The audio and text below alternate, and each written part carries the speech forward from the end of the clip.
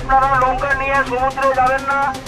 যেসব যাত্রীগণ স্নান করতে এসেছেন তারা কাছাকাছি থেকে স্নান করবেন, বেশি দূর যাবেন না। আকাশে দুর্যোগের মেঘ, উপকূল তীরবর্তী এলাকায় চলছে প্রশাসনের তরফে মাইকিং।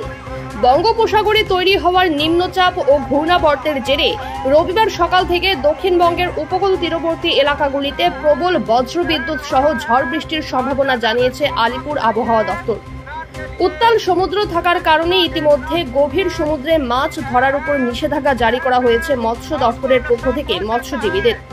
মৎস্য দফতরে নিষেধাজ্ঞা পাওয়ার পর ইতিমধ্যেই গভীর সমুদ্র থেকে দক্ষিণ 24 পরগনার বিভিন্ন উপকূল তীরবর্তী এলাকার বন্দরগুলিতে আশ্রয় নিতে শুরু করেছে দক্ষিণ 24 পরগনার কয়েক হাজার মৎস্যজীবী ট্রলার।